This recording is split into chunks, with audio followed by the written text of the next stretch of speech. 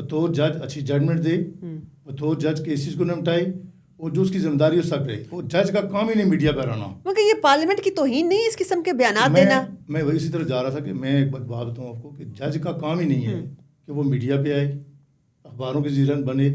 اس کا کام یہ ہے کہ وہ اپنے کام کی زینت بنے, اپنی ججمنٹس جو ہیں, جو اس کے پاس کیس ہیں, ان کو وہ فلفل کرے.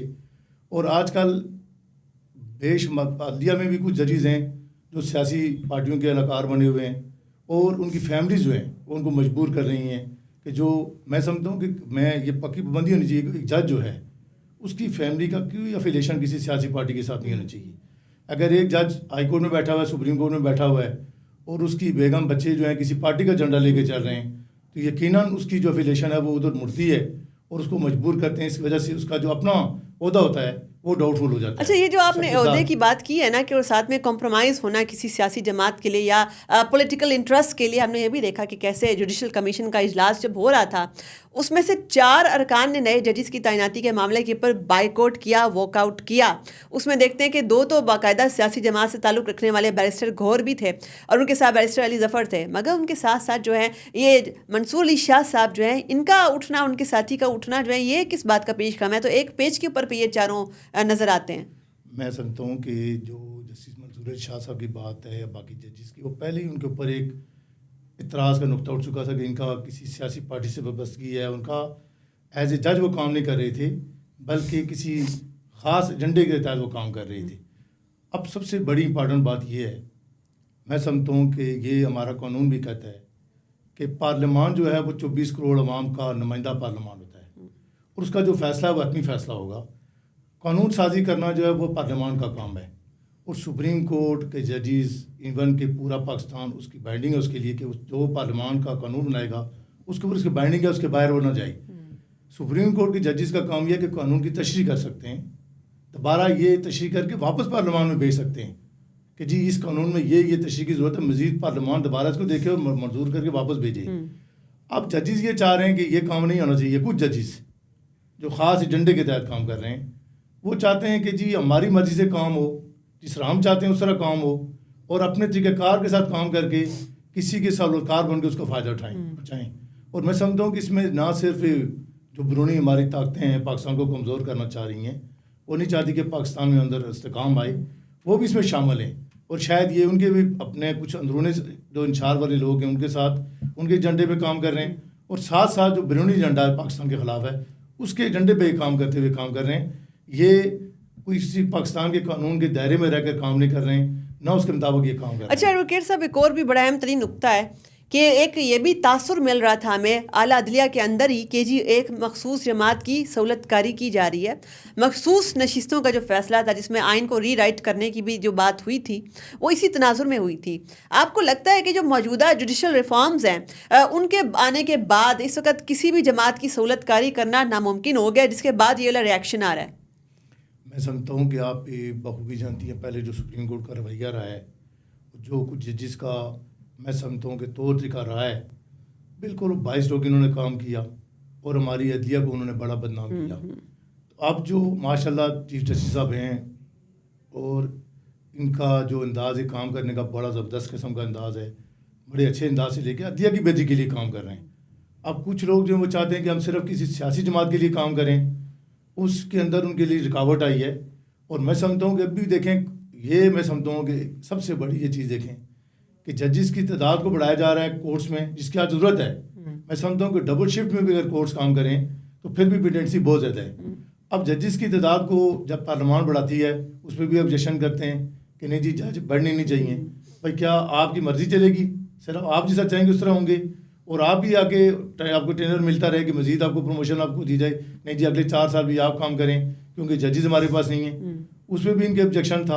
اور ساتھ ساتھ جب ان کو اس بات میں مجبور کیا جا رہا ہے کہ جی آپ صرف عدلیہ کے لیے کام کریں, کسی سیاسی جماعت کے لیے کام نہ کریں, کسی ایجنڈے کے تحت کام نہ کریں, آپ کو جج لگایا گیا ہے لوگوں کے کیس سننے کے لیے.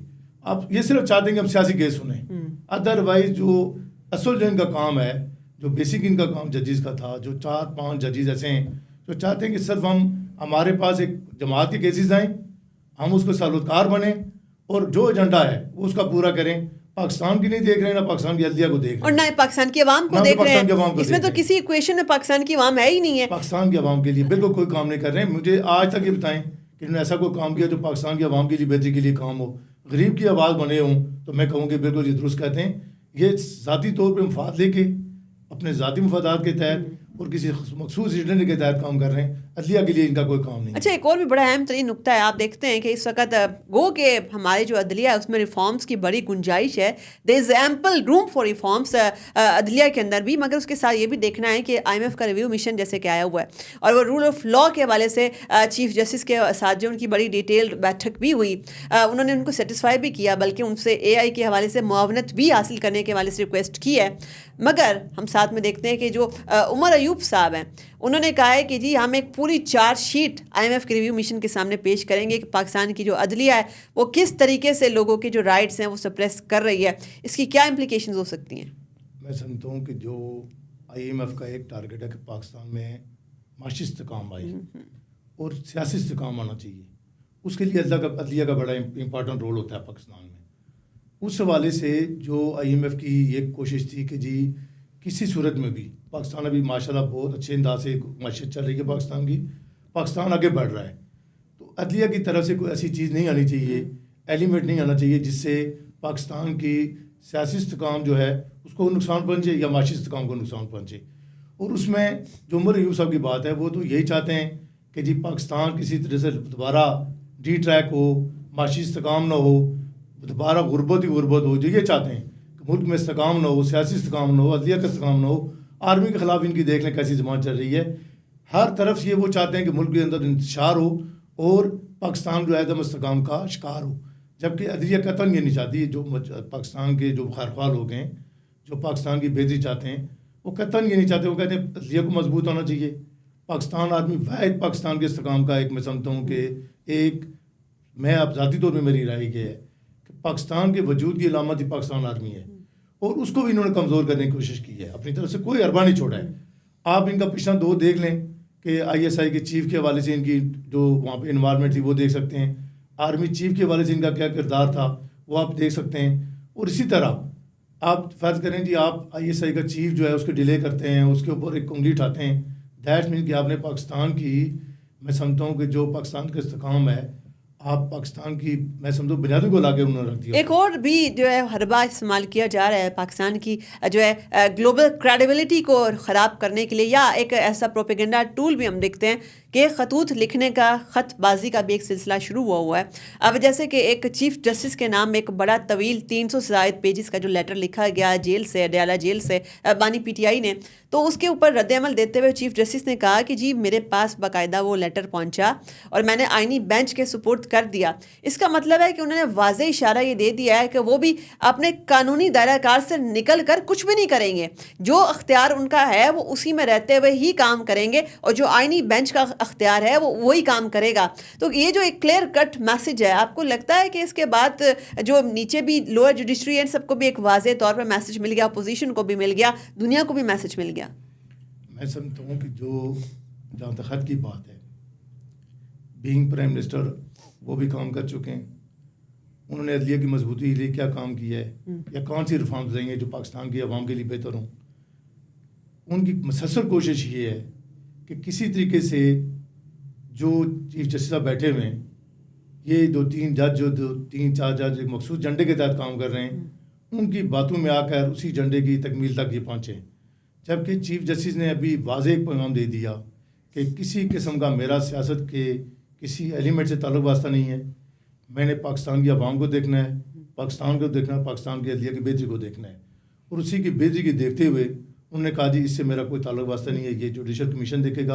اور ساتھ ساتھ اپوزیشن کو تو پہلے ہی میسیج جا چکا ہے، باہر جا چکا ہے. اور جو جماعتیں میں سمجھتا ہوں کہ ملک کا استحکام چاہتی ہیں، وہ کہتا ہوں ملک کے اندر انتشار نہیں چاہتی، نہ پاکستان آرمی کی بدنامی کرتی ہیں، نہ پاکستان کے ایسے ادارے جو پاکستان کی بقا کی ضمانت ہیں ان کے اندر انشار پیدا کرنے کی کوشش کرتے ہیں، بلکہ وہ چاہتے ہیں کہ ادارے مضبوط ہوں، ان کی بہتری کے لیے تجاویز دیتے ہیں. اور جو لوگ اس وقت پاکستان عدلیہ کو کمزور کرنے کی کوشش کر رہے ہیں وہ پاکستان کے دشمن ہیں اور بیرونی ایجنڈے پہ کام کر رہے ہیں، جو بھی کام کر رہے ہیں. اور میں سمجھتا ہوں کہ کسی صورت میں بھی آپ نے پہلے ایک بات کی تھی کہ کہیں یہ تحریک کا صورت اختیار نہ کر جائے. میں آپ کو واضح کرنا چاہتا ہوں کہ وہ جو تحریک تھی وہ ایک جو عمرانہ سوچ اس کے خلاف تھی. اب جو فیصلہ ہے یہ پارلیمنٹ کا فیصلہ ہے اور وکلا کمیونٹی چاہتی ہے کہ پارلیمنٹ جو ہے جمہوری جو نظام ہے یہ مضبوط ہو, جمہوری نظام مضبوط ہو اور اسی کی جانب اس جانب بڑھا جا رہا ہے. ہم دیکھتے ہیں ریفارمس میں تمام اسی کا یہ سلسلہ ہے, اسی سلسلے کی کڑی ہیں. آپ کے وقت کا, آپ کی قیمتی انالیسس کا بہت شکریہ. جیسے کہ ہم دیکھتے ہیں کہ پاکستان کے آئین کا اور پاکستان کے جو ڈیموکریٹک ماڈل ہے اس کا ایک سب سے اہم ترین پرنسپل سپریشن آف پاورز ہے کہ اگر جو ہے تمام ادارے اپنی آئینی حدود میں رہ کر کام کریں گے تو تبھی پاکستان جو ہے وہ خوشحالی کی جانب بڑھے گا. مگر ہم نے دیکھا کہ بدقسمتی سے پاکستان کے اندر ہم نے بڑا خوفناک جوڈیشل ایکٹیوزم بھی دیکھا.